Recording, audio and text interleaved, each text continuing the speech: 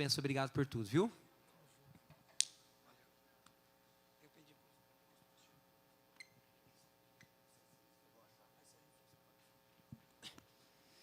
Fala, galera, boa noite. Estou com voz ainda. Estive na quinta-feira falando para líderes de evangelismo e missões, numa igreja aqui próxima. Na sexta-feira estivemos juntos ali na praça. Sérgio Pacheco, foi lindo o que Deus fez. Hoje falei 2 vezes e vou falar a última vez para ir para minha casa. Amém? Quantos aqui estão com fome e sede por Jesus? Amém. Vire para a pessoa que está do seu lado e diga bem assim: ei, diga aí, Deus tem algo para você nessa noite. Diga assim: não saia daqui sem antes você ter uma palavra de Deus. Amém? Você que está com Bíblia, abra no livro de Gênesis. Gênesis capítulo 32.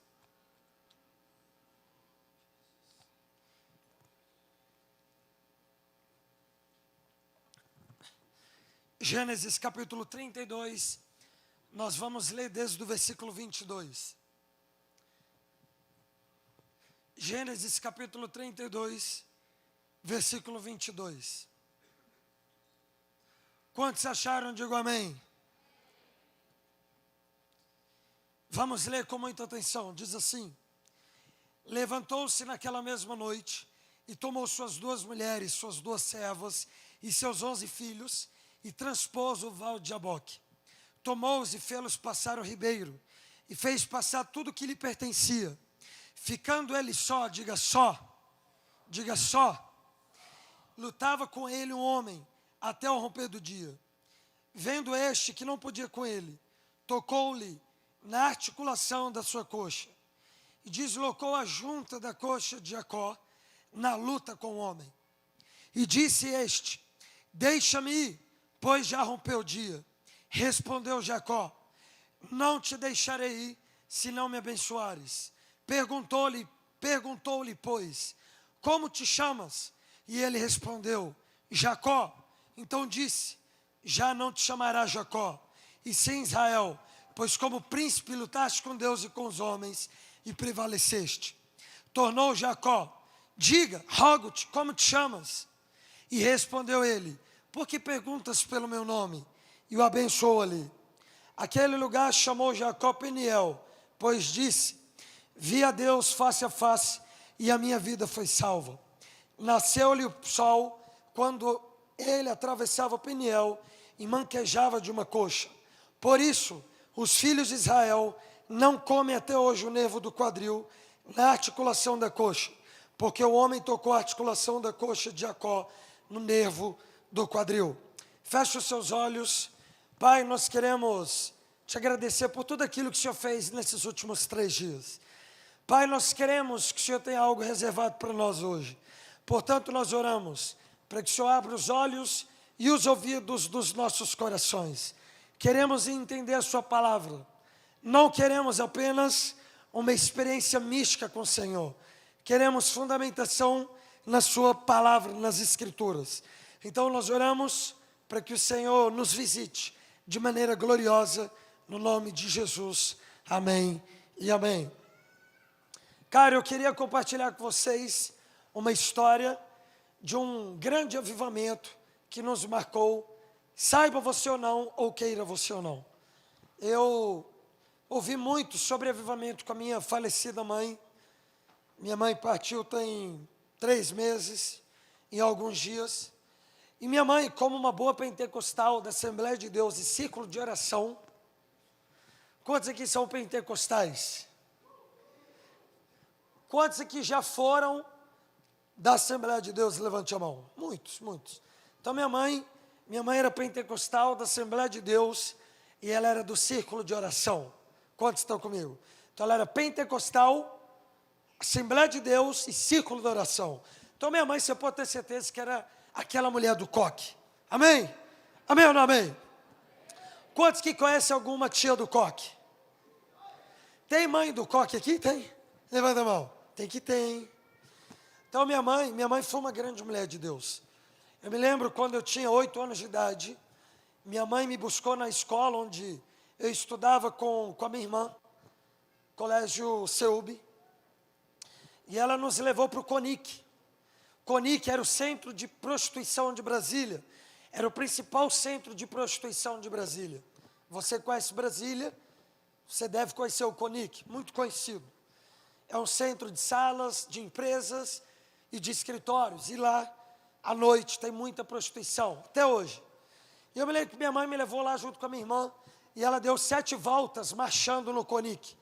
E eu lembro que com a sua mão direita, estendida para o CONIC, ela dizia: aqui não será mais um centro de prostituição, mas um lugar de pregação do Evangelho.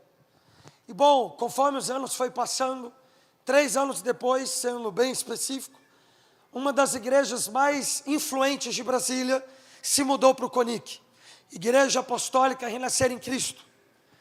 A igreja brasileira foi muito abençoada por essa igreja, Renascer em Cristo, principalmente por conta da Marcha para Jesus. Não sei se você sabe, mas a Marcha para Jesus tem origem britânica, mas a igreja que coordenou aqui, durante anos e anos, no Brasil inteiro, foi a Igreja Renascer. Quantos aqui conhecem a Igreja Renascer em Cristo? Você deve ter escutado já alguma vez, ouvido falar. Então, tem um grande evangelista, na verdade hoje ele é pastor, mas ele é também um evangelista, e lá de Brasília, e o principal lugar que ele pregava o evangelho era no CONIC. Então, minha mãe foi uma grande mulher de Deus, e minha mãe me falou sobre avivamento. Me afastei de Jesus com 14 anos, e voltei com 18, e quando eu voltei para Jesus, eu voltei com esse desejo de aprender mais sobre avivamento. E aí nesse ano agora, nesse ano de ainda pandemia, ali no início do ano, eu estudei muito o avivamento da Rua Azusa, e eu queria conversar com vocês sobre esse avivamento. Eu não sei se você sabe, mas o avivamento da Rua Azusa não começou com William Seymour. O avivamento da Rua Azusa é muito conhecido por conta desse homem, que foi um grande homem de Deus. Aquele homem negro, manco de uma perna, cego de um olho, filho de ex-escravos, que foi encontrado por Deus no ano de 1905. Mas o que poucos sabem é que 7 anos antes, Deus estava encontrando um homem chamado Charles Parham, que tinha na época 41 anos de idade, casado há 18 anos e que tinha 3 filhos. Um filho de 14, um filho de 15 e um filho de 16. Parham era um pastor metodista na época, e ele coordenava 13 igrejas metodistas. Igreja metodista tem uma forte raiz no avivamento, porque quem pariu o metodismo, ou a igreja metodista, foi o grande John Wesley. Quantos que já ouviram falar em John Wesley? John Wesley foi o homem que disse: se vocês, igreja católica, não me dão púlpito para pregar, eu não me importo, eu considero o mundo inteiro a minha paróquia. Meu Deus, se vocês não me dão púlpito para pregar, eu não me importo, o bar é um púlpito para mim, a balada é outro púlpito, as escolas são um púlpito, as praças são um púlpito. Estima-se que John Wesley ganhou, em 15 anos de ministério, pregando o evangelho, andando a cavalo, 217 mil pessoas só na Inglaterra. John Wesley era um dos homens mais ricos do Reino Unido. Estima-se que hoje ele ganharia 20 mil libras, 100 mil reais. Morreu com 10 libras no bolso. Você pode estudar a história dele. Por quê? Primeiro orfanato da Inglaterra fundada, depois da reforma protestante, John Wesley fundou. Primeiro lar para prostitutas que queriam abandonar a prostituição, John Wesley fundou. Primeiro lar para alcoólatras que queriam abandonar o álcool, John Wesley fundou. John Wesley foi o primeiro homem branco na Inglaterra a lutar contra a escravidão. Foi um grande homem de Deus. E o Parham coordenava 13 igrejas metodistas, ou 13 igrejas oriundas de John Wesley. Parham tinha um problema. 2, vou citar um. Parham não cria na liberdade do Espírito Santo como nós queremos hoje. Quantos que creem que o Espírito Santo continua agindo como ele agiu em Atos? Levanta a mão. Nós cremos todos nós, ou quase a maioria que crê. Parham não cria. Parham cria que o Espírito Santo tinha duas ações. 3. Primeiro, consolar o coração do crente nos dias maus. Segundo, santificar o coração do crente. Terceiro, converter o coração do ímpio a Cristo. Por mais que todos nós aqui creiamos que o Espírito Santo tem essas ações, nós cremos, por exemplo, que além disso, o Espírito Santo incendeia o coração do crente para a pregação do Evangelho. Amém ou não amém? Nós cremos, por exemplo, que o Espírito Santo distribui os seus dons à sua igreja. Parham não cria assim. Parham cria que os dons do Espírito tinham cessado. Dia 2 de novembro de 1898, dia dos finados aqui para nós, Parham está pregando na sede das 3 igrejas que ele coordenava. Ele está pregando num domingo de manhã. Detalhe, ele estava pregando no dia sobre Deuteronômio, lei. Ele estava falando sobre a lei de Deus. Não era daqueles cultos mais interessantes, onde Parham contava um testemunho, uma história, ou pregava, por exemplo, os evangelhos ou as cartas paulinas. Parham estava pregando sobre Deuteronômio. No meio da pregação, Parham está pregando. Naquela época não tinha microfone sem fio. O microfone era conectado ao púlpito. Ele era muito expressivo. Ele gesticulava muito com suas mãos. Então todos viam as suas mãos. As mãos de Parham ficavam visíveis ao público. Então ele está pregando, está gesticulando. De repente o público, os 200 membros daquela igreja, percebe que Parham começou a tremer com as mãos. Ele está tremendo no meio do ensino de Deuteronômio. Vamos lá. Ele não estava falando de Atos 2. Quantos estão comigo? Ele não está falando do poder do Espírito Santo. Ele está falando da lei. Ele está falando algo como: não matarás, não roubarás. Ele está falando sobre a lei de Deus. No meio desse ensino sobre a lei, um homem que não cria na liberdade do Espírito Santo começa a tremer. Gente, isso é muito louco. Ele está tremendo. Passado alguns poucos minutos, ele começa a chorar. Passado alguns poucos minutos, além de tremer e chorar, Parham sentiu seu coração ser incendiado. Ele disse, palavras dele, está no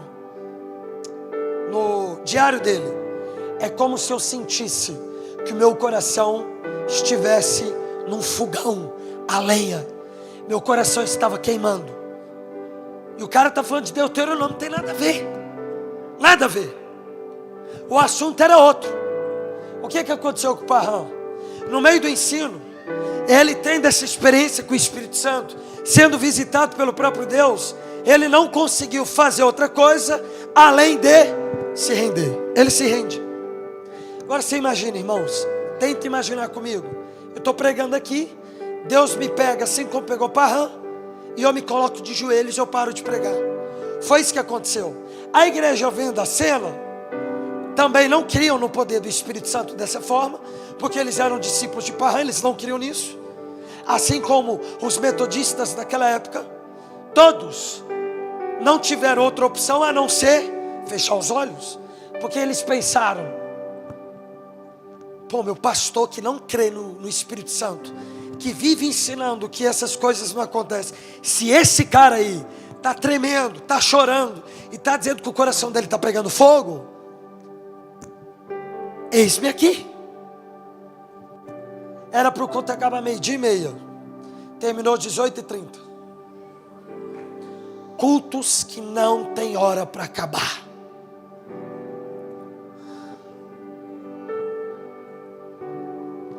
Te faço uma pergunta: Parham pediu por isso? Óbvio que não. Ele nem cria nisso. Parham esperava por isso? Não, porque não queria. Parham tinha uma expectativa futura que isso iria acontecer? Não, porque não queria. Sem expectativa futura, sem desejo aparente por aquilo, e sem uma busca, o Espírito Santo o encontrou, e ele nunca mais foi o mesmo. Eu quero lançar um fundamento aqui com essa história. Deus não precisa da sua busca para te encher. Na verdade, você passa a buscá-lo conforme Deus vai te enchendo. Quanto mais encontros com Deus você tiver, mais buscas incessantes por Ele você vai ter. Sabe aquele cara lá da sua igreja que busca o Espírito Santo, que busca Deus, que busca conhecer mais o Senhor? Você pode ter uma certeza, ele é um homem que carrega experiências divinas. Ela é uma mulher que carrega experiências gloriosas. Então o Parham está lá de joelhos, 6h30, acaba o culto. Todos vão embora, dia 2 de novembro. Conforme as semanas foram passando, toda a congregação foi tendo experiências semelhantes a de Parham. Tudo aquilo que aconteceu com Parham e com toda a congregação chega aos ouvidos dos líderes metodistas, o que não foi uma coisa boa. Os líderes metodistas, sabendo o ocorrido, convocaram Parham para uma assembleia, um concílio, uma reunião de líderes. E qual foi uma das pautas? Cessacionismo, ou seja, Deus parou de distribuir seus dons à igreja, ou Deus parou de derramar o seu Espírito como Ele derramou no tempo de Atos. Então essa foi a pauta. No final, Parham foi colocado contra a parede e deram duas opções para Parham. Parham, nós sabemos do que aconteceu no dia 2 de novembro, naquela reunião entre vocês ali em Nova York, e você sabe que, sendo pastor metodista, você não responde apenas sendo um irmão em Cristo, você responde sendo um pastor metodista. Então você não tem só que responder como irmão, mas como pastor metodista. E nós temos o estatuto a ser seguido, e está no estatuto que nós proibimos uma busca pública pelo Espírito Santo como você fez. Não era para você ter buscado o Espírito Santo como você buscou. Você errou, é contra o nosso estatuto. Porque muitas pessoas podem se escandalizar. O Parham responde: como assim busca? Eu não cria nisso. Como é que eu vou buscar por isso? Vocês se esqueceram de quem sou eu? Eu sou Charles Parham. Eu sou pastor tem mais de 15 anos. Eu não creio nisso. Mas aconteceu. Ah, mas você deve ter buscado na palavra. Não, está aqui, ó, meu sermão. Preguei Deuteronômio. Tem nada a ver. Toda a liderança metodista fica com uma pulga atrás da orelha, mas eles não tiveram outra opção a não ser dar duas alternativas para o Parham. Primeiro, Parham poderia continuar sendo pastor metodista, mas teria que interromper sua busca pública pelo Espírito Santo, se mudando para o sul dos Estados Unidos, pastoreando outras igrejas, para não ter aquela questão de muita ligação do pastor com a ovelha. Segunda opção, ou alternativa, sair da metodista. Parham então se reúne com sua família, seus 3 filhos, sua esposa, e eles acharam melhor se desligar da metodista e seguir outro rumo. E assim eles fizeram. Além disso, eles se mudam para o extremo sul-leste dos Estados Unidos, para o estado do Texas. Eles se mudam para uma pequena cidade com 1.100 habitantes, chamada Topeka. Topeka é conhecida por conta do Ted Bundy. Quantos aqui já assistiram séries de investigação criminal? Levanta a mão. Você já assistiu alguma série falando do Ted Bundy? Já ouviu falar nele? Quantos já ouviram falar em Ted Bundy? Levanta a mão. Muitos. Ted Bundy foi o maior serial killer de todos os tempos. Um homem que estuprou no mínimo 43 mulheres, porque acharam 43 corpos, fora as desaparecidas. Então no mínimo aí 43. Ted Bundy nasceu lá. E ele cometeu boa parte dos seus crimes em Topeka. Agora, muito antes de Topeka ser conhecida por Ted Bundy, ficou conhecida por Charles Parham.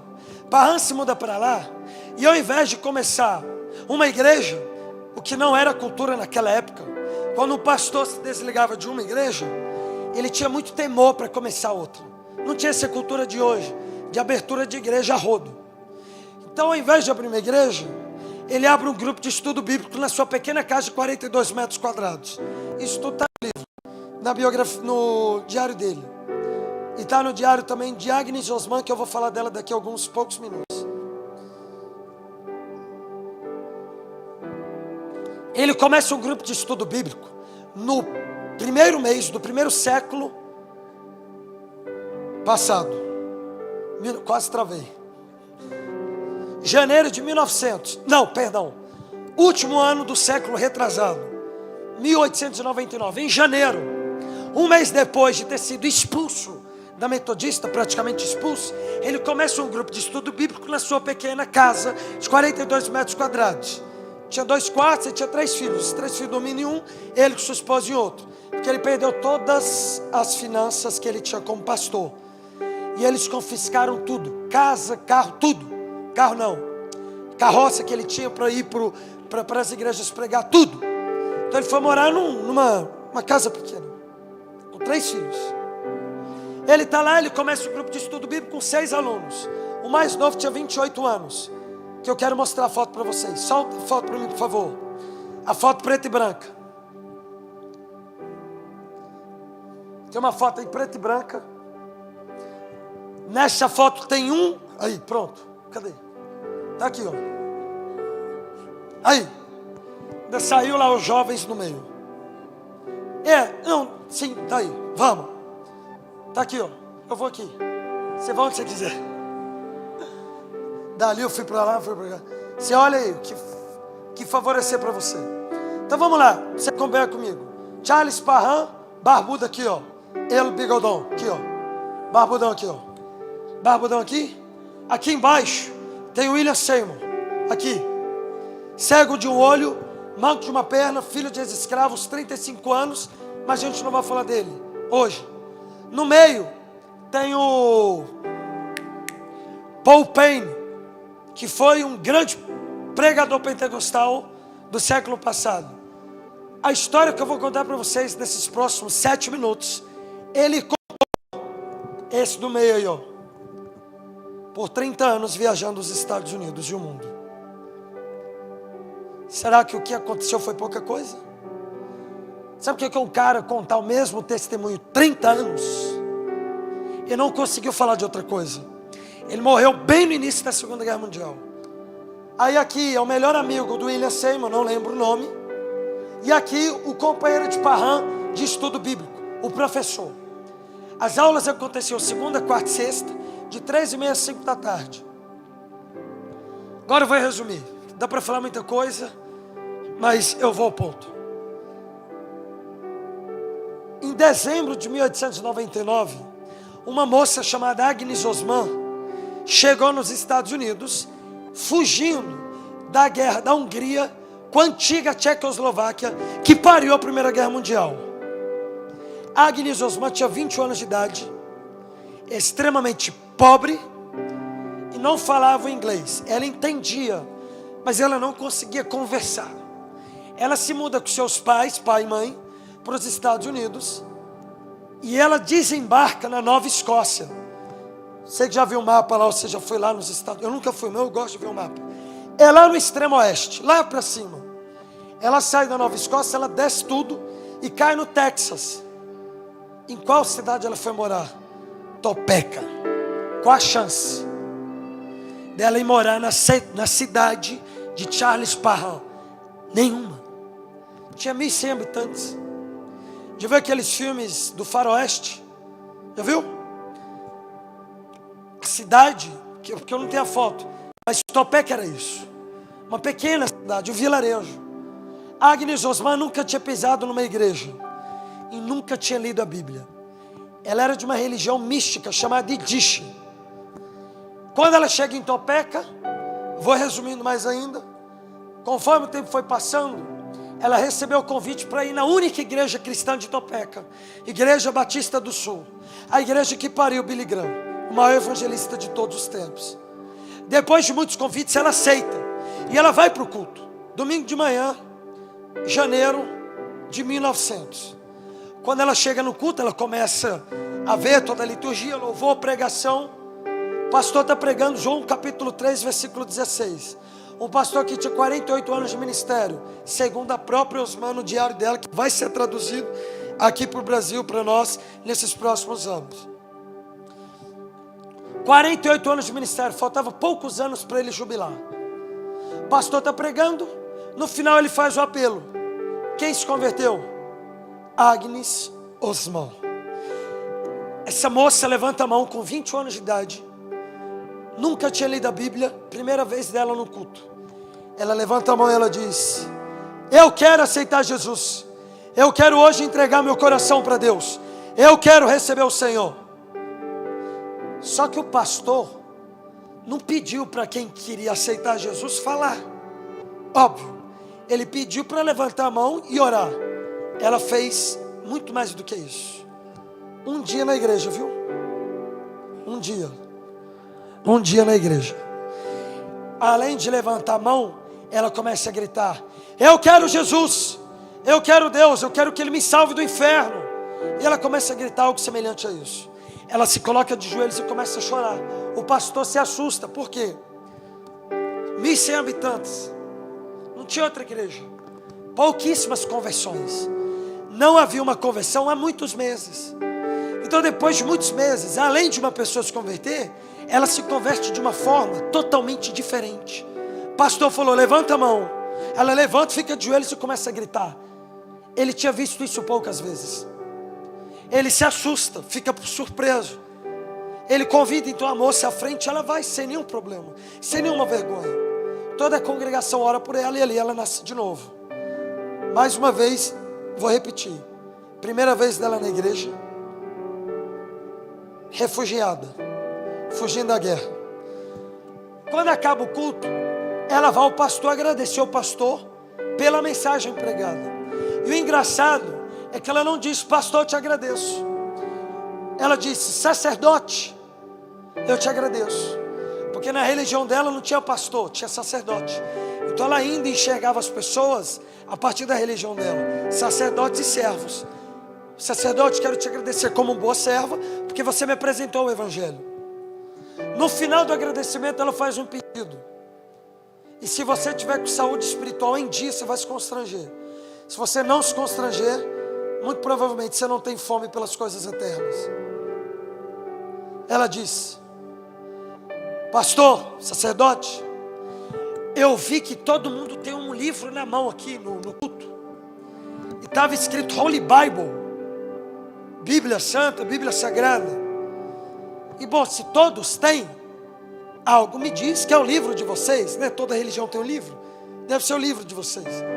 O pastor respondeu: sim, é o nosso livro, é a palavra de Deus. Falou: então, eu nunca vi a Bíblia, eu nunca vi esse livro.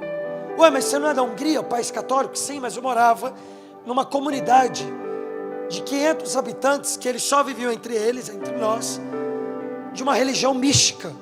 Então nós não tínhamos contato com o mundo. Então eu nunca vi esse livro. E ele se espanta. E ele diz: mas em que posso te ajudar?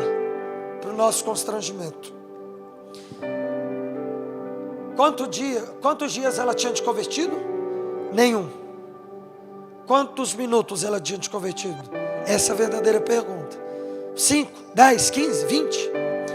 Olha o que ela pediu para o pastor. Pastor, sacerdote, pastor não, porque ela não sabia que tinha pastor. Sacerdote, quero te fazer um pedido. Bom, se eu entreguei minha vida para essa religião, eu entreguei de verdade. Na religião Yiddish, não tem como ser da religião sem conhecer o livro.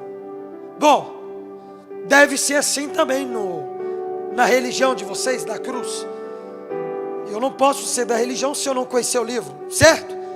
Aí ele disse: sim, em certo sentido. Em outros não, mas em certo sentido sim.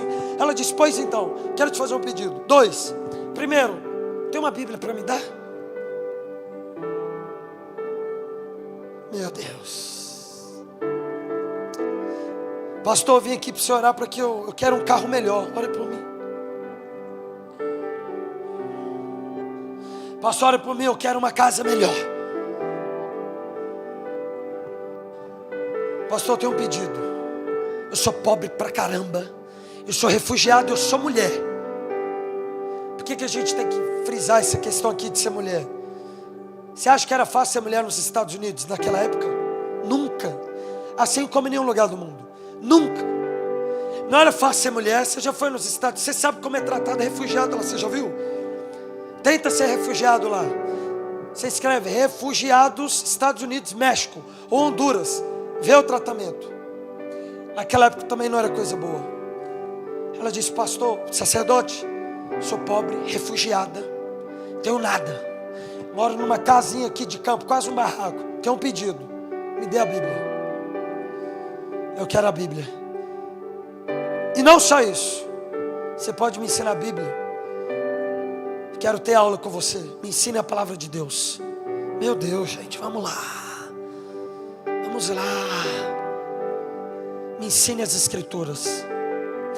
Muito provavelmente você nunca fez esse pedido para alguém. Assim como eu nunca fiz. Eu nunca fiz. Eu nunca pedi ajuda para ler Bíblia. Tem 7 anos que eu caminho com ele. No primeiro dia dela de convertida, ela disse: me ensine a Bíblia. Eu quero conhecer. Deixa eu te falar um negócio. Vou lançar um fundamento aqui. Valorize esse livro que você tem em mãos. Valorize as escrituras. O que é que muita gente compartilhou nesse tempo eleitoral? Precisamos, e isso é certo. Amém? O que eu vou falar aqui, isso é certo. Mas você vai entender a reflexão. Não podemos aceitar, você vai entender onde eu quero chegar. X governar, senão a gente não vai ter mais liberdade nem de ler Bíblia. Tu lê? Eu leio? O que vai mudar se tirar as escrituras de nós? Muda o quê? Vai mudar o que para um povo que só consome as escrituras a partir da boca de um pregador? Não podemos aceitar X. Isso é certo, digo e repito, certo. Porque senão não vamos mais poder pregar o evangelho nas ruas. Vai mudar alguma coisa? Pregamos o evangelho nas ruas ou pregamos só na igreja?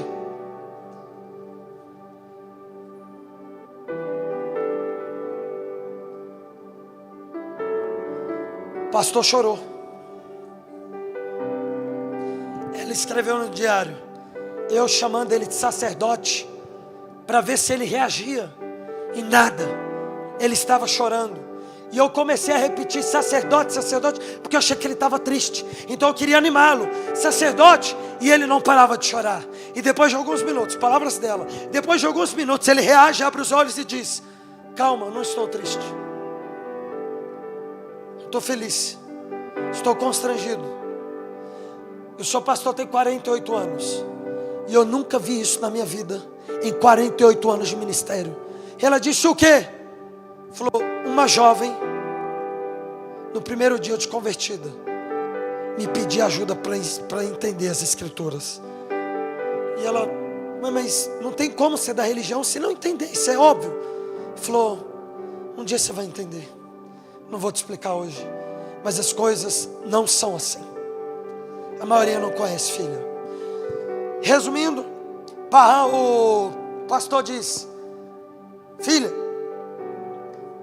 estou constrangido, mas eu não posso te ajudar, porque a nossa EBD é só para homem. A gente não aceita mulheres. Não porque o homem é mais especial para Deus, mas porque é uma pequena sala com 15 cadeiras e as 15 são para homens. Em pequenas cidades, nos Estados Unidos e no mundo, não há cultura, infelizmente, da mulher ler Bíblia. Geralmente a mulher não lê Bíblia nessas pequenas cidades. Eu não sei nas grandes cidades, Nova York, Los Angeles, mas aqui você está numa pequena cidade de 1.100 habitantes. Não existe isso, mulher ler Bíblia, muito menos de querer estudar. Então, não me entenda mal, não é que Deus ama mais o homem, pastor falando, mas é porque nunca teve procura de mulheres. Ela disse: não, fique em paz, porque na minha religião também é assim. Ele disse: mas eu posso te ajudar com o seguinte, está aqui o endereço. Tem um camarada chamado Charles Parham morando aqui, tem 1 ano. Ele tem um grupo de estudo bíblico que ele pode te ajudar. Segunda, quarta e sexta, 3h30, 5 horas, ele está lá e ele pode ser seu professor. Quando ela olha no papel, ela morava lá há pouco tempo, ela não sabia onde era. Uma cidade de campo. Quando ela foi perguntar para o pai: pai, onde é isso? O pai disse: filho, isso daqui é no outro lado da cidade. Você deve gastar talvez 14 quilômetros para chegar lá. É no outro extremo. E ele disse: por quê? E ela explicou tudo: porque eu quero conhecer a Bíblia. Falou: filho, mas não tem como, a gente não tem carroça para te levar. Não, você não está entendendo, pai. Você não está entendendo, não. eu nasci de novo. E se é a única forma de aprender a Bíblia, eu vou a pé. Não, pastor Mauro, hoje eu não vou para o culto não. Porque, pastor, o ônibus passou, eu não consegui pegar. Cara, hoje eu não vou para o culto. Não, hoje eu não vou para a célula. Mas por que, amiga? Cara, eu vou ter que andar 5 minutos, 10 minutos, não dá, amiga. Estou cansada. Agnes Osman andou 14 quilômetros no primeiro dia de convertida para ler Bíblia. Não foi para conferência, foi para ler as Escrituras. Deixa eu te falar um negócio. Isso daqui é para mim, irmãos. Estou pregando para mim. Agnes Osman poderia ser minha professora de fome por Deus. Com um dia de convertida, ela poderia me ensinar sobre isso. Talvez ela não poderia nos ensinar sobre outras coisas, mas fome por Deus, quem se atreve a olhar para ele e dizer: não, você não tem autoridade para mim. Não sei você. Ela teria a voz da minha vida, tendo um dia de convertida. Você que gosta de caminhar, você deve saber que 14 quilômetros em linha reta, eu amo caminhar e correr. 14 quilômetros em linha reta, dependendo do ritmo, você vai fazer 1h30. Era uma cidade ondulada. Ela não sabia onde ficava a casa. Você tem um palpite quanto ela demorou? 3 horas. Poderia encerrar o culto aqui. Ela chega na aula e ela bate na porta do parrão.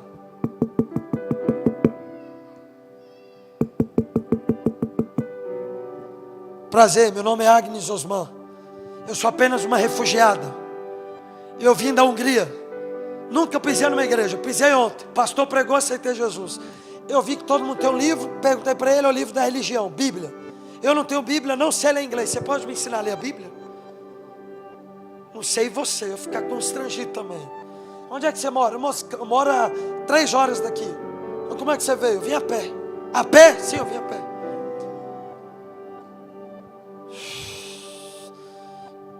Meu Deus. O pai disse: sim, tem uma cadeira aqui para você, mas não tem mulher aqui, só tem homem. Você tem quantos anos? Eu tenho 21, o mais novo aqui tem 28, que é o Paul Payne. Você é a mais nova e você é mulher. Se você quiser, tem uma cadeira ali para tu. Eu vou.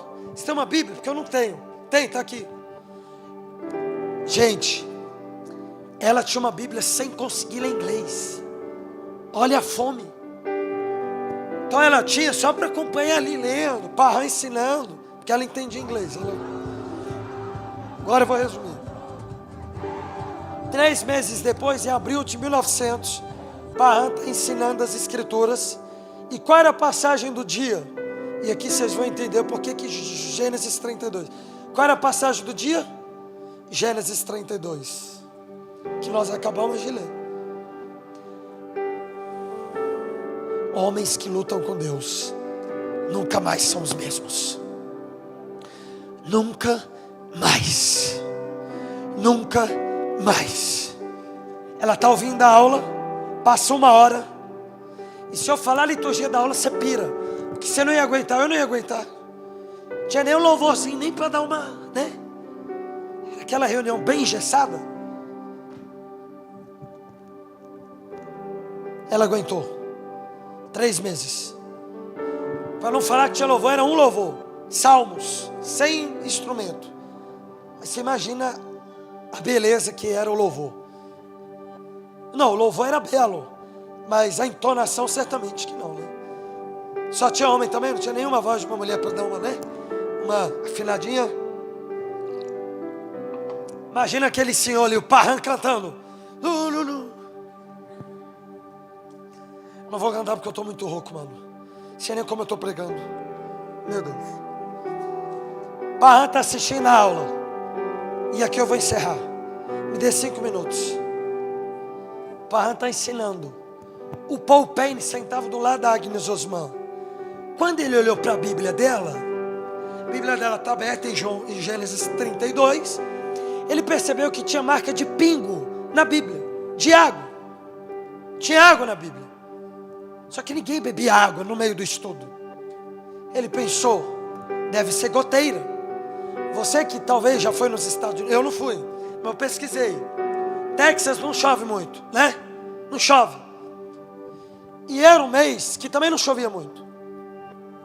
Ele achou estranho. De onde está vindo essa água? Ele olhou para ver se tinha goteira. Não tinha goteira. De onde vinha a água? Ele achou estranho. Ele olhou para a cara dela. O que ele encontrou? Uma mulher chorando, ouvindo a palavra de Deus. Palavras dele, que ele contou essa história há 30 anos. Só 30. A experiência foi tão paia que ele contou 30 anos. Só parou de contar porque morreu. 30 anos. 30. Ele disse: quando olhei para ela, percebi que seus olhos estavam fixos no Parham. E não somente isso, ela chorava escutando Parham pregar. Não porque Parham era alguma coisa, porque Parham, isso é triste o que eu vou falar para vocês, era racista. Prossegue. Não porque Parham era alguma coisa, porque não era nada, porque ele era racista. Olha o homem que Deus usou. A gente nunca vai entender. Não porque Parham era alguma coisa. Os olhos fixos de Agnes Osman estavam no Parham, não por quem ele era, mas porque havia nas mãos de Parham um livro aberto, que ela tinha muito desejo em conhecer. Palavra de Deus, o verbo do próprio Deus. E quem é o verbo? Jesus. Quanto mais você for fiel ao verbo e pregá-lo, mais você verá com seus olhos o verbo se encarnar. Ela está chorando, Parham está ensinando, Parham percebe o que estava acontecendo, porque as lágrimas começam a aumentar. Agora, ela não está chorando apenas para dentro, agora ela está fazendo sons conforme suas lágrimas vão caindo. Ela está chorando consideravelmente. Parham, quando vê aquilo, do que ele se lembrou? Palpites? Quem se lembra do início? 1898, quando Parham foi pego por Deus pregando. Ele se lembrou. Se coloca no lugar dele. O que ele pensou? Ele veio de novo. Ele apareceu de novo. Ele está fazendo de novo o que ele fez naquele dia 2 de novembro de 1898, ele está fazendo de novo. Agnes Osman perde o controle do corpo, 4 meses de convertida, grave isso. Ela cai de joelhos da cadeira, puf! E ela cai com suas 2 mãos na sua barriga, como se ela estivesse com dor de barriga. E ela está gemendo. Ela está chorando. O Parham deu uma direção.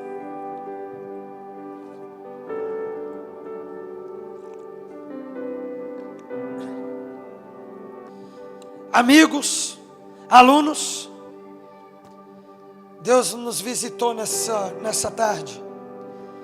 E a aula encerra por aqui. Se prostrem de joelhos, não fechem os olhos e fiquem olhando para aquela moça, porque Deus está encontrando ela de tal maneira que, se você ficar olhando para ela com o coração em Deus, você vai ter um encontro com Deus também. Gente, olha que lindo. Olha que lindo. Geralmente, quando eu vejo a igreja sendo encontrada por Deus, eu dou a direção contrária. Eu digo: fecha os olhos e ora a Jesus. A direção do Parham foi outra: abra os olhos. Porque se Deus está se movendo aqui visivelmente, você precisa ver. Não feche os olhos. Olhe para aquela moça. Olhe para a refugiada. Olhe para aquela improvável. Olha o que Deus está fazendo na vida dela. O que o Paul Payne fez quando ele viu Agnes Osman sendo encontrada por Deus? Ele pensou: se o Senhor está encontrando essa moça com 4 meses de convertida, se essa moça está sendo encontrada por Deus dessa forma, eis-me aqui então. Me encha. Eu quero algo semelhante. Porque eu ando contigo já tem tempo, tem anos. Se o Senhor está encontrando essa menina, me encontre. Me encontre, eu quero mesmo. Parham começa a chorar e foi pego por Deus também. Resumindo, quando Agnes cai, está chorando, gemendo, Paul Payne percebeu que Agnes Osman estava tentando se comunicar em algum idioma. E aqui a história começa a ficar bizarra. Ela está tentando se comunicar em algum idioma. É como se fosse uma criança tentando falar. Você que é pai, você sabe. Quando sua filha tentou falar as primeiras palavras, o Paul Payne, que era pai, com 28 anos já tinha uma filha, ele disse: é como se a minha filha estivesse tentando se comunicar. Era a mesma coisa, só que ela não conseguia, só saíam alguns sons, e eu não conseguia entender as palavras. E ele dizendo, Paul Payne, e eu pensei que ela estava falando Yiddish, e eu nem tentei entender, porque eu não sei Yiddish. Mas depois de alguns poucos minutos, eu entendi uma palavra que ela falou, que era a palavra do idioma dos meus bisavós.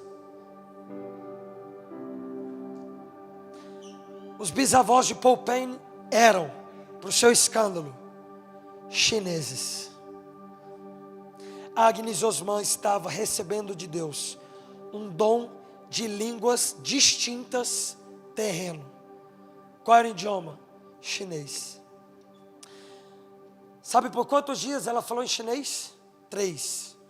Isso foi numa sexta, parou segunda. Sabe onde foi relatado o ocorrido? No jornal da região de Topeka. Porque vamos parar para pensar. Se uma moça da Hungria, refugiada, que não tinha dinheiro para pagar estudos, que não sabia falar inglês direito, numa reunião da igreja, de repente começa a falar em chinês, numa cidade de 1.100 habitantes, é óbvio que essa história iria espalhar. E chegou aonde? Nos jornalistas. Dos jornalistas, chegou nos jornalistas da região, uma região grande. Todos foram ver Agnes Osman na segunda-feira. Eles não conseguiram conversar. Por quê? Ninguém falava chinês, e Agnes Osman não conseguia falar em outro idioma a não ser o chinês. Você tem fome por Jesus?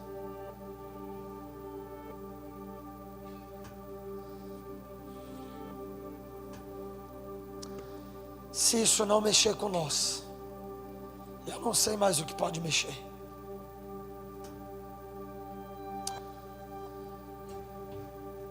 Cinco anos depois ela foi para a China pregar o evangelho. Durou 7 anos e morreu na cadeia. Ela nunca mais foi a mesma, porque ela lutou com Deus. Não foi um encontro comum.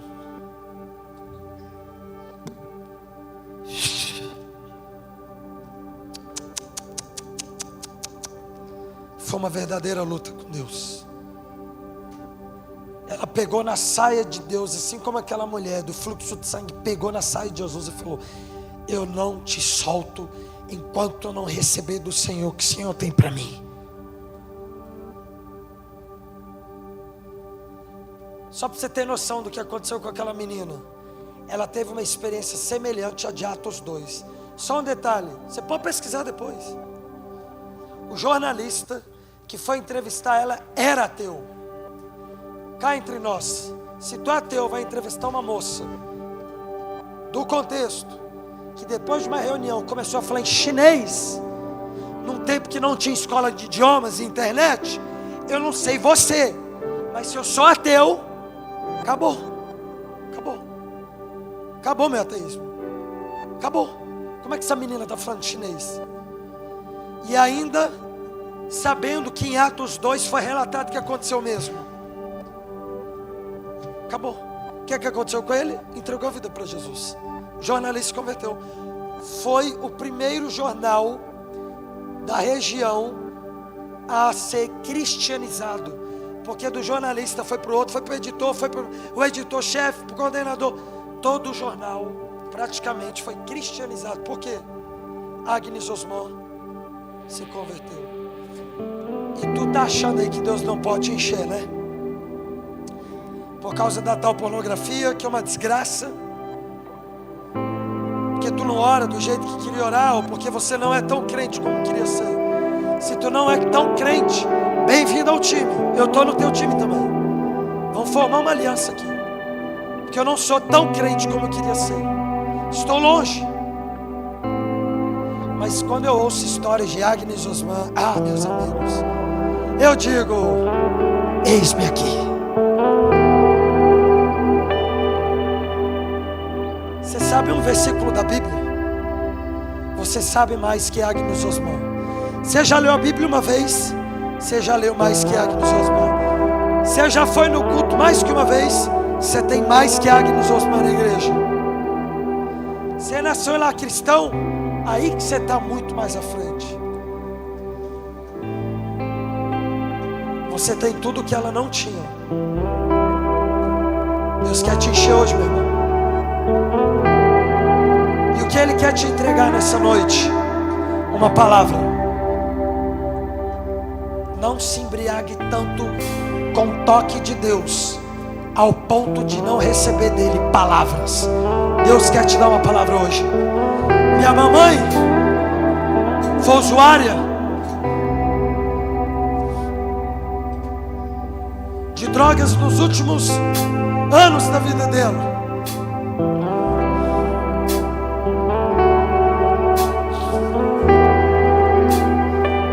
Muitos me perguntavam: João, como é que você consegue pregar com sua mãe nesse estado? Como é que você consegue prosseguir pregando na praça, nas ruas? E eu dizia: todos os dias. Você tem 10 minutos para me ouvir? Tenho. Vou te contar uma história. Em novembro de 2019, Deus me deu uma palavra quando Ele usou um cachorro para falar comigo. E nesse dia, no meu bosque de oração, Deus me disse que a minha mãe iria voltar para Ele e que era para eu descansar. E Deus me deu a data que ela ia voltar para Jesus. Dia 17 de março. Sabe o que aconteceu? Dia 17 de março de 2020, minha mãe teve um encontro com Jesus. Você lembra o que aconteceu em março de 2020? Pandemia. Minha mãe ficou em casa. E eu também. Todos. Eu vi com os meus olhos minha mãe voltar para Jesus. Sua mãe é aquela intercessora, João? Sim. Minha mãe nunca foi usuária de drogas. Porque se eu falo que ela foi usuária de drogas, eu defino quem ela é por isso. Minha mãe nunca foi definida pelos últimos anos da vida dela. Minha mãe sempre foi minha intercessora. Por que eu fiquei em paz? Porque Deus me deu uma palavra. Deus tem uma palavra para você hoje. Eu não sei qual é, mas eu não quero que você saia desse culto sem receber de Deus uma palavra. Se Deus te tocar hoje aqui, como Ele já está te tocando, é bom, mas não é tudo, porque Ele tem uma palavra para você. Talvez a palavra que Ele tem para você é sobre a sua faculdade. Talvez a palavra é sobre a sua profissão. Talvez a palavra que Ele tem para você é sobre o seu ministério. Talvez a palavra que Ele tem para você é sobre a sua identidade. Talvez o que Ele quer te dizer hoje é: meu filho amado, filha amada. Talvez o que Ele quer te dizer hoje, homem e mulher, é que você é livre da pornografia de vez. Talvez o que Ele quer te dizer hoje é que você será um grande empresário, um médico, que você será um missionário. Talvez a palavra que Ele quer te entregar é que você é um evangelista. Um dia Deus disse para Jacó, e aqui acaba: Jacó, eu tenho uma palavra para você. Você é Israel. Você viveu como trapaceiro até aqui. Daqui em diante viverás como Israel. Jacó não se contentou com o toque de Deus. Deus visitou Jacó na tenda, tocou a coxa dele, feriu Jacó, e Jacó olhou para Deus e disse: Deus, eu não vou te deixar sair daqui sem antes o Senhor me abençoar. Qual era a bênção que ele queria? Uma palavra. Quantas vezes Deus não te toca no culto e no quarto e você se contenta só com toque? Deus tem uma palavra para você. Posso dar uma dica? Se Deus te tocou hoje, se você sentiu alguma coisa, João, Deus se aproximou de mim no culto, Eu estou sentindo Deus aqui. Você vai fazer o seguinte: você vai fechar os seus olhos. O Luca vai cantar aqui. E você vai olhar nos olhos de Deus e você vai falar: qual é a palavra que o Senhor tem para mim hoje? Só que ouça isso. Não é palavra comum. É uma palavra que vai determinar os seus próximos 15, 20, 30 anos de vida. É uma palavra que vai impactar a sua história para sempre. Se você está sentindo Deus tocar, só fique de pé e vem aqui na frente. Venha lutar com Deus. Vem aqui à frente, venha lutar com Deus. Apague as luzes para mim. É uma noite de luta com Deus. Lute com Deus. Lute com Deus. Vamos, igreja. Lute com Deus. Deus está te encontrando nessa noite. Deus está visitando a sua história. Deus está visitando o seu futuro. Vem, Espírito Santo, nos encha nessa noite. Aumenta a sua presença. Vem, Espírito Santo. Mais.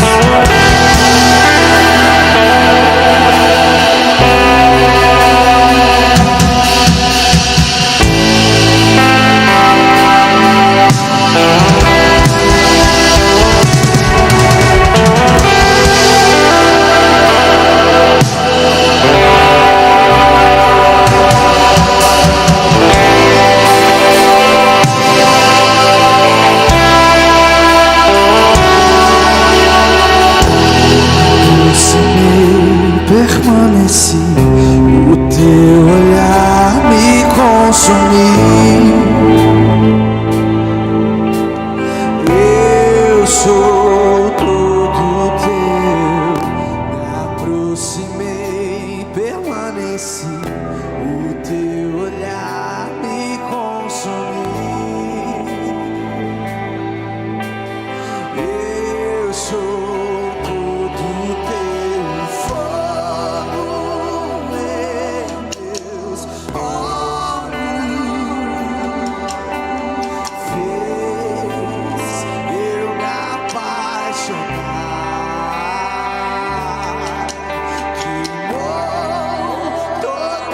outros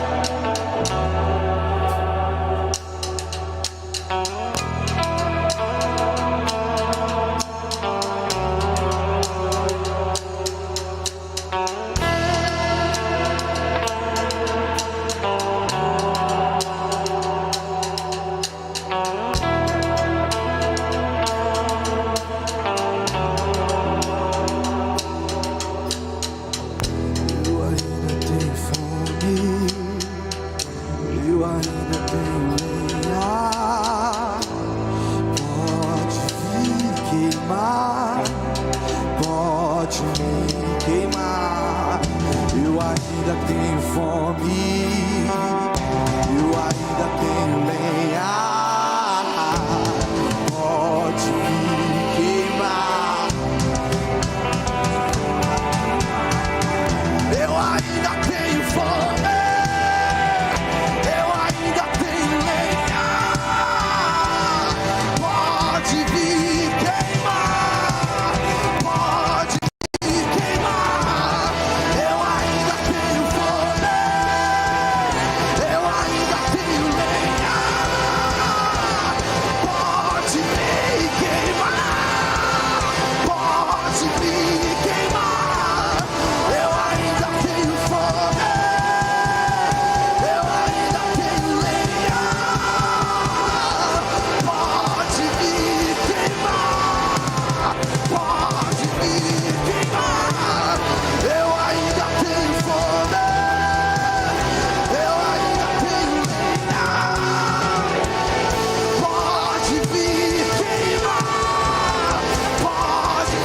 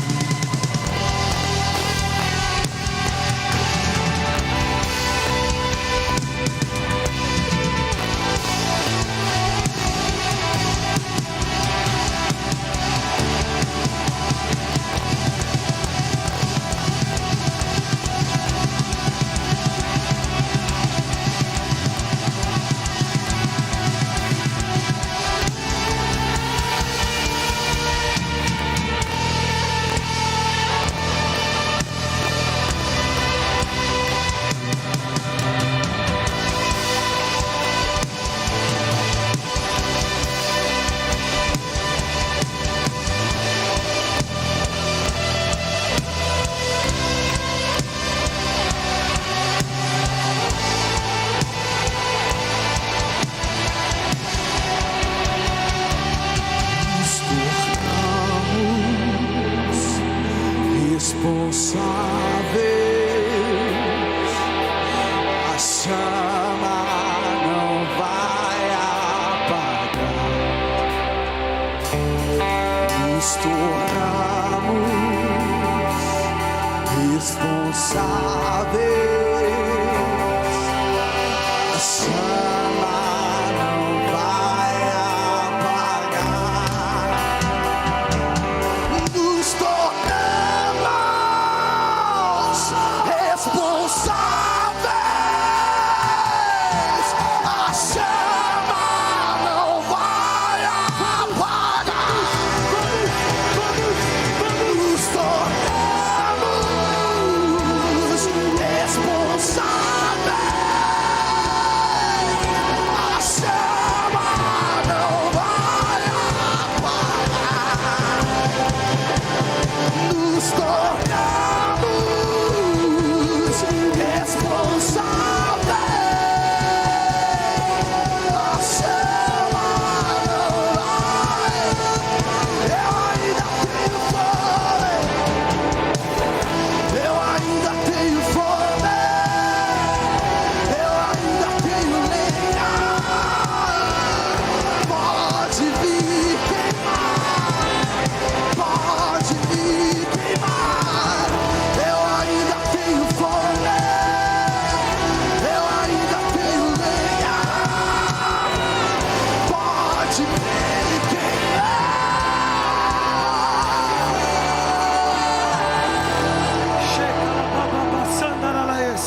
Abra suas mãos e feche os seus olhos. Deus está pavimentando o seu futuro. Deus está tocando a sua história. Deus está tocando a sua descendência.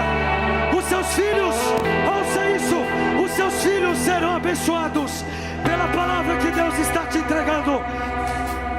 Vem, Espírito Santo, em nome de Jesus. A partir de hoje, você irá caminhar pela palavra que Deus está te entregando.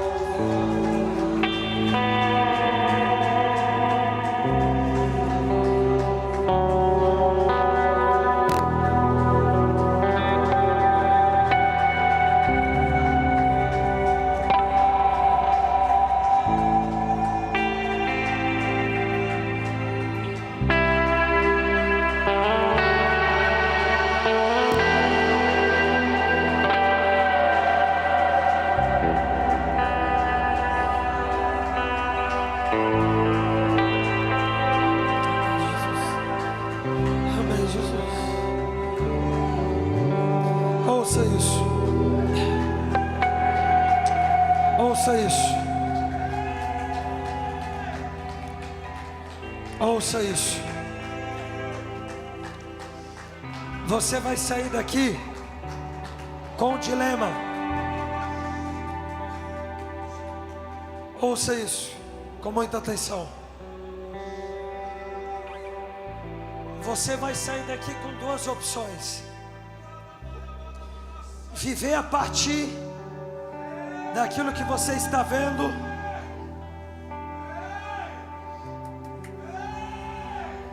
sair daqui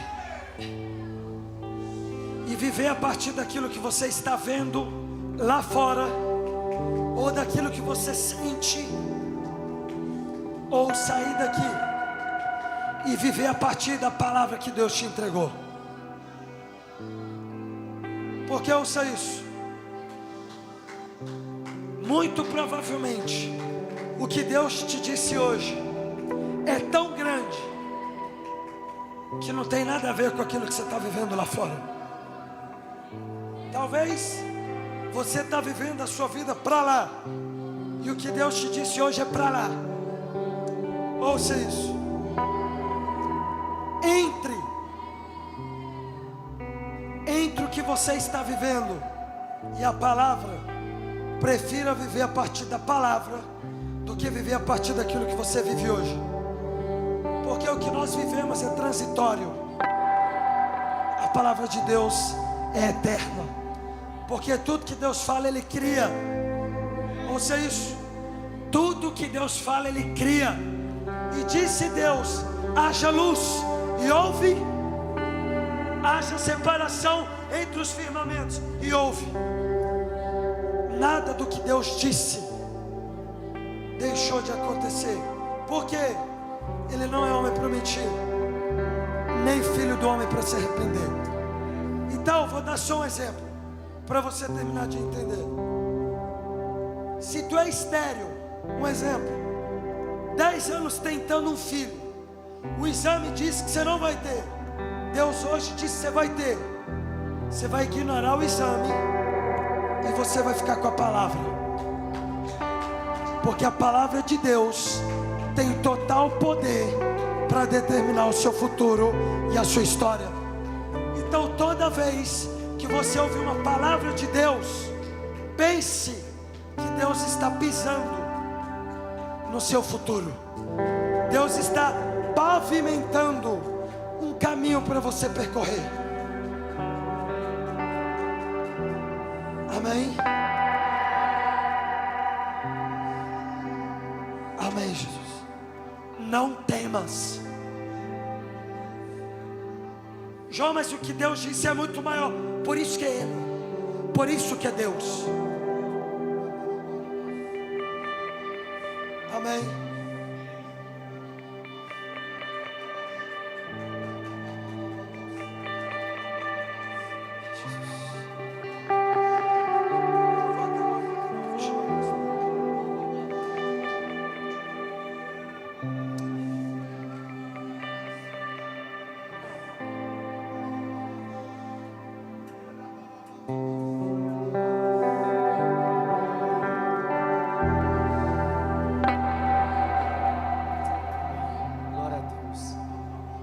Você continuasse nesse espírito, você continuasse sentindo o toque daquele que é responsável pelo que está acontecendo nesse lugar.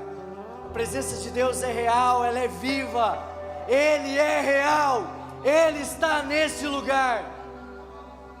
O Senhor é responsável pelo que está acontecendo nesse lugar.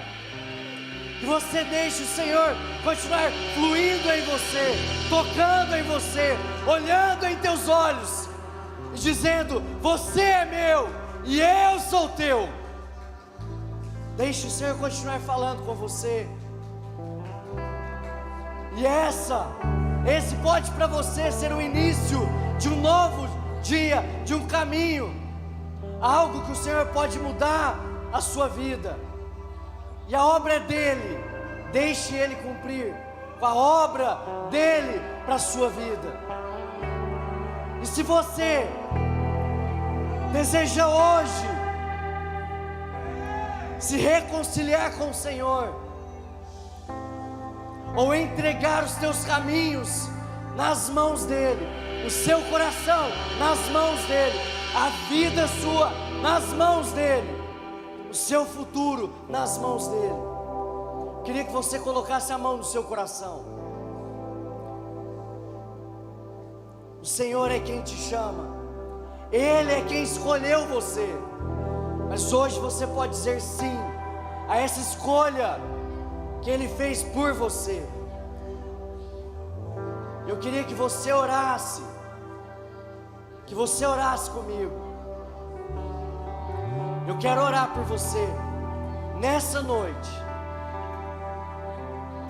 Senhor, eu oro nessa noite para aqueles que estão nesse lugar, que estão sendo visitados pelo Teu Espírito nesse momento, que desejam se reconciliar, tomar uma nova posição, lutar com o Senhor, tomar uma nova decisão agora. Eu oro para que o Senhor possa visitar, para que o Senhor possa se achegar, para que o Teu Espírito possa se aproximar, e que o Senhor possa declarar que o Senhor é dele, e que cada um que tem esse desejo possa recebê-lo no seu coração agora.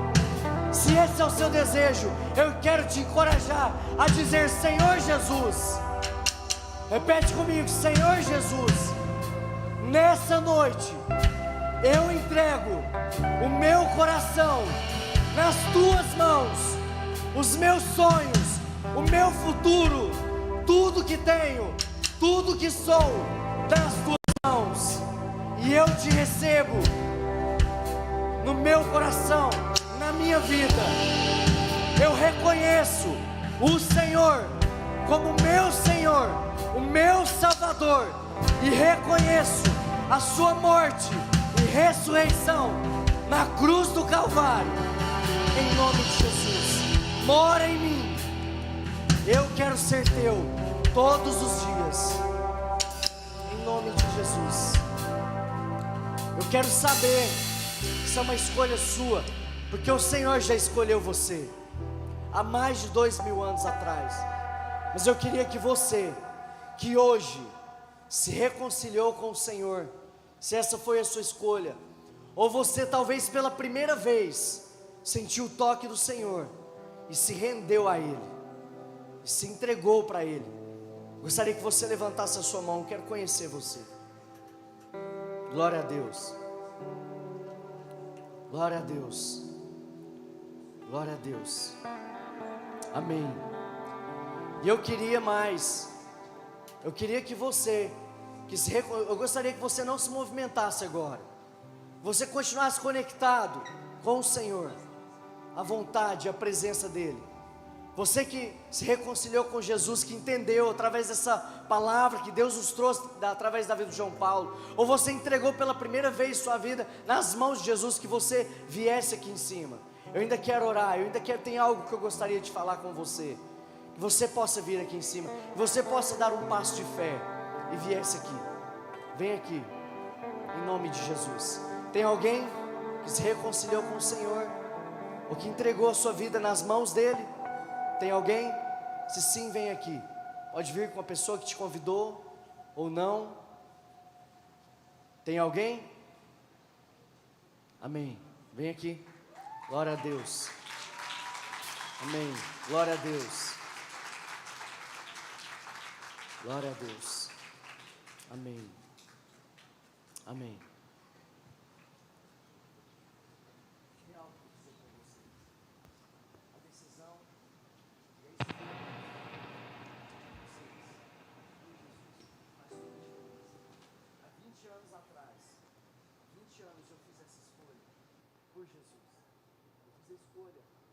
Colocar o meu coração, a minha vida, o meu futuro nas mãos dele, e isso fez toda a diferença na minha vida. O Senhor mudou, tem mudado a minha história, tem mudado a minha vida. Se você hoje fez essa escolha pela primeira vez, ou se você está aqui para se reconciliar com Cristo, eu quero te dizer que Cristo fez o que tinha que ser feito há mais de 2000 anos atrás por sua vida. Ele fez tudo que tinha de você, Ele deu o primeiro passo, Ele fez a escolha por você, porque Ele ama e Ele amará você por toda a vida. Isso nunca vai mudar. Isso nunca vai mudar. Vocês sabem que vocês estão dizendo sim, Deus, eu estou com você. Eu quero a tua vida dentro de mim. O Senhor, dia após dia, de graça em graça, Ele vai mudar a sua história. Ele vai mudar a sua vida. Através da escolha de outros.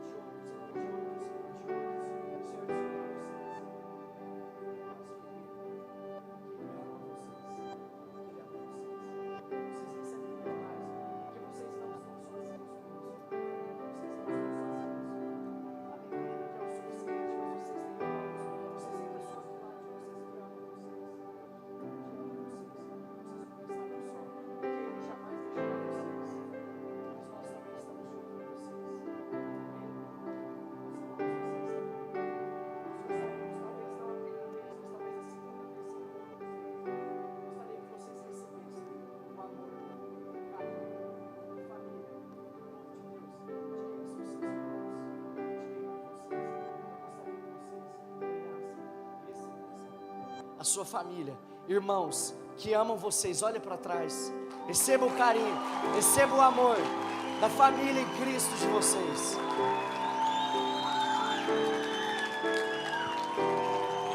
Nós amamos vocês, vocês são especiais, vocês são preciosos.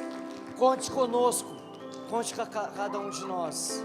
Amamos muito vocês, amém? Em nome de Jesus.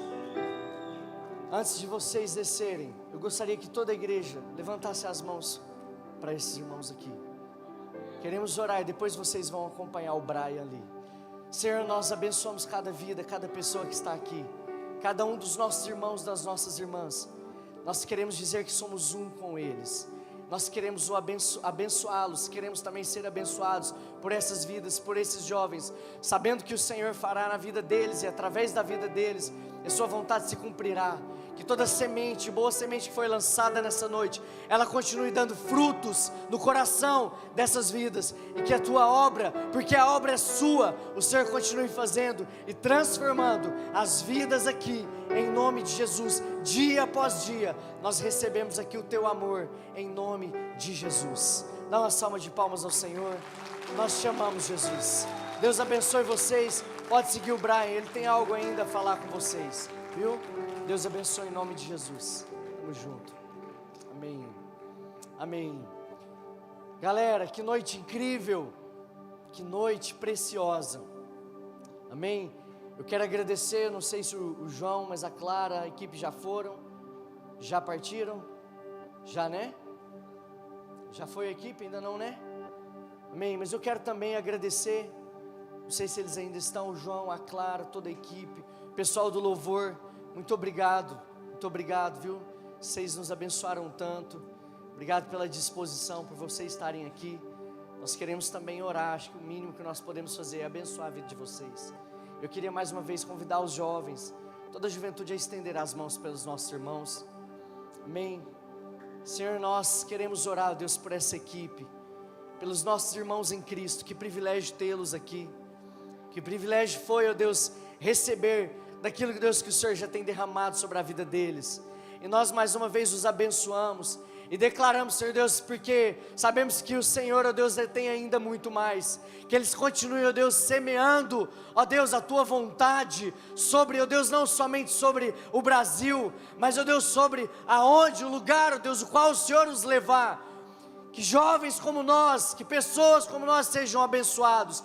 Nós declaramos o fogo do Teu Espírito sobre eles, e a Tua vontade se cumprindo, e nós não somente os abençoamos, não somente eles, o seu ministério, mas também a casa deles. Nós os abençoamos em nome de Jesus, declaramos as Tuas mãos estendidas sobre eles, que o Senhor os leve e os traga debaixo da proteção e da paz do Senhor, que eles sejam abençoados ao entrar e ao sair, a ir e a voltar, em nome de Jesus. Que o Senhor os abençoe, que o Senhor os guarde, e que o fogo do Senhor seja sobre eles, que eles sejam nessa terra, nessa nação e nas nações, Vox Dei, voz de Deus, espalhando o Teu Evangelho sobre toda a terra. É o que nós oramos em nome de Jesus. Amém e amém. Deus abençoe vocês também. Vocês estão liberados. Dá um abraço no seu irmão, na sua irmã. Amém. Deus abençoe em nome de Jesus.